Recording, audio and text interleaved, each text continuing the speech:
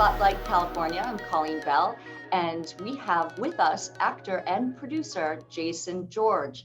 Jason George, you probably know, plays Dr. Ben Warren on Grey's Anatomy. He is currently shooting Station 19 here in Los Angeles and going back and forth.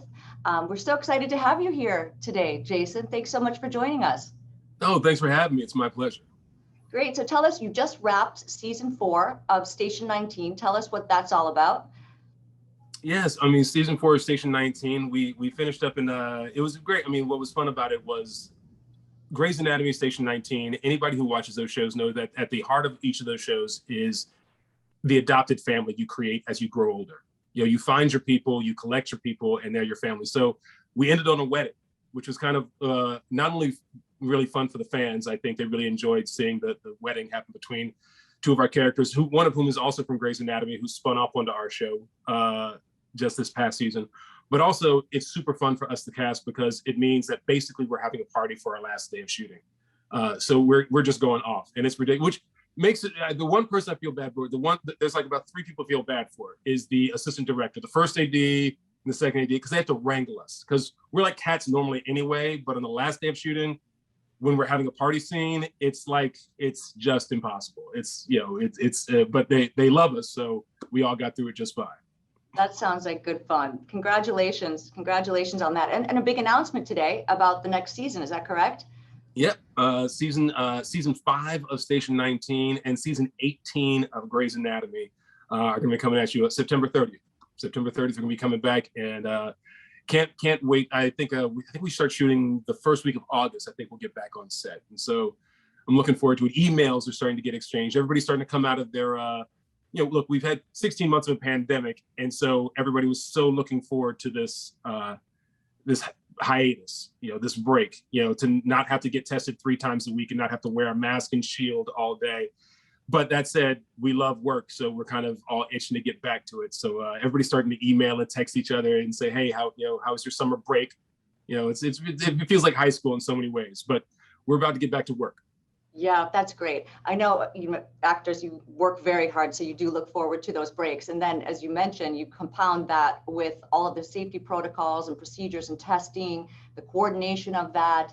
And so you probably are looking even more forward to this break than breaks that you've had in the past. That's understandable. What's it been like, you know, filming under these conditions on the set? You know, first off, I mean, the thing you have to understand is it's a blessing to be working.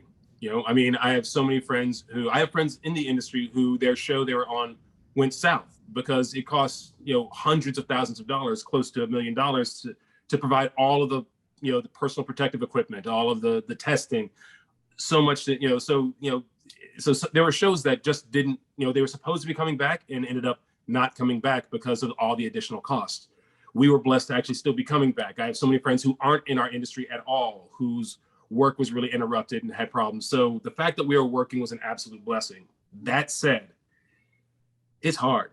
Because we, you know, especially us, we're a set of huggers. You know, we're so physical with each other. It's a physical show, and you know, we're in close quarters all the time. So every director wants to get in with the actors and work with the actors, but every time they step near us, they have to not only mask up but put that shield down at the same time.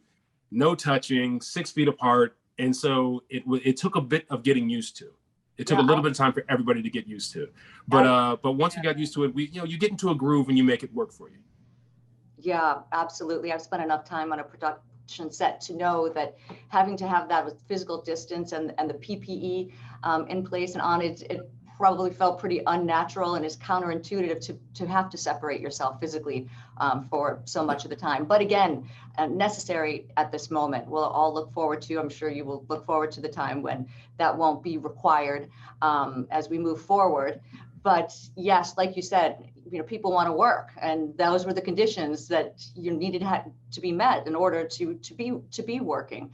You mentioned the overall cost of these protocols too, and I continue to hear that as well. They are expensive, and on the overall budget, that can be, you know, a big challenge for a lot of productions that unfortunately they weren't able to go back into production because of those increased costs. But a lot of production taking place here in the state. I mean, a huge amount of production taking place. You know, we reopened June of last year, and you know, it was slow and gradual to get going, but then boom, you know, the momentum is definitely there. And now there's still so many productions that are in the pipeline and ready to go. So it's great. What do you like about shooting here in California? Look, I love being at home. I mean, I've been in the game for a minute. So I think I moved to Los Angeles. I got my first gig out of a contest in a mall for doing a job for Aaron Spelling, and moved here in October of '96. And so I've been here for a minute, and I will say it, my kids are here, my family is here. And so I love that when the tax incentives came into play and started helping, you know, lure shows to stay, because the reality is every actor, every director, every producer I know does not want to have to travel to another location unless that's what's absolutely necessary for a film. But for most shows where you're going to be probably on a set 80% of your time, 90% of your time, a set's a set. You can build it anywhere, and we'd rather be building it at a place around the corner from my house than having to, you know, cross international lines or you know, get on planes on the regular. So I've made personal family decisions at certain points to actually not take jobs that would take me away from my family for too long. That raised too great a risk of creating a move, because, you know, depending on what age your kids are, the times, you know, there have been times, especially when it was really pivotal years for my kids, you know, first year of elementary school, first year of preschool or what have you. And those are years that I was like, I can't throw them a curveball right now because they're just starting to hit their groove, and I need to be around. So making a choice to stay in Los Angeles, and the fact that there's been so much production has made it possible for me to have the opportunities to stay close to my family. Yeah, you know, you're absolutely right. And the tax incentives are an important factor in keeping production here in the state. There's no question about that. I accompanied Governor Newsom recently to visit a set, and one of the projects who was a recipient of our tax credits from our program. And so he was moving around talking to members of the crew, and they were all sharing stories and saying to him, thank you so much. Thank you so much for making sure that these tax incentives are available to us so that we can stay here and we can be closer to our families doing the work that we love to do. Because if they weren't available, this particular production, as the producer said, you know, would have gone somewhere else. So that was a key factor, and they were very effusive in their gratitude. And, you know, again, it's also such an important economic development tool for the state, the tax incentive program, because there's a, you know, positive return on investment for the taxpayer. It's an investment here, you know, growing jobs and, you know, growing economic growth and all of that. And at the same time, a byproduct of that is being able to keep people closer to their families, which is always a good thing, as you mentioned. 100%. I can't tell you, like, I remember I went to Georgia to shoot a talk show, and I was getting mic'd up, and I was talking to a producer at the time, and so I wasn't paying attention. You know, you get used to actors, and as an actor, you get used to people invading your space. So there are people like running microphones up your shirt and doing things and touching you up, and you're not paying any attention at all because you're trying to focus on the thing that the information you're getting from the producer.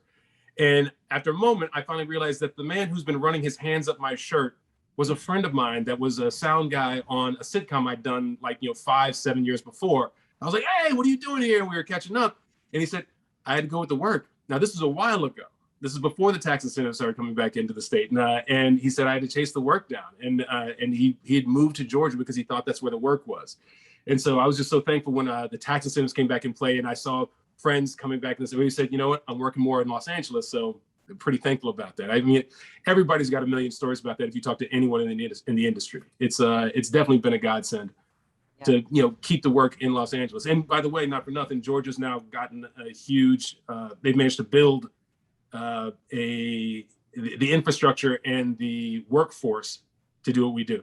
That's what happened when we weren't making ourselves competitive. But now that we're back to being competitive, nobody does it better than Los Angeles. And so that's where everybody wants to be. That's where everybody lives. That's home base for all of us. Yeah. Here in the great state of California, we have so many assets.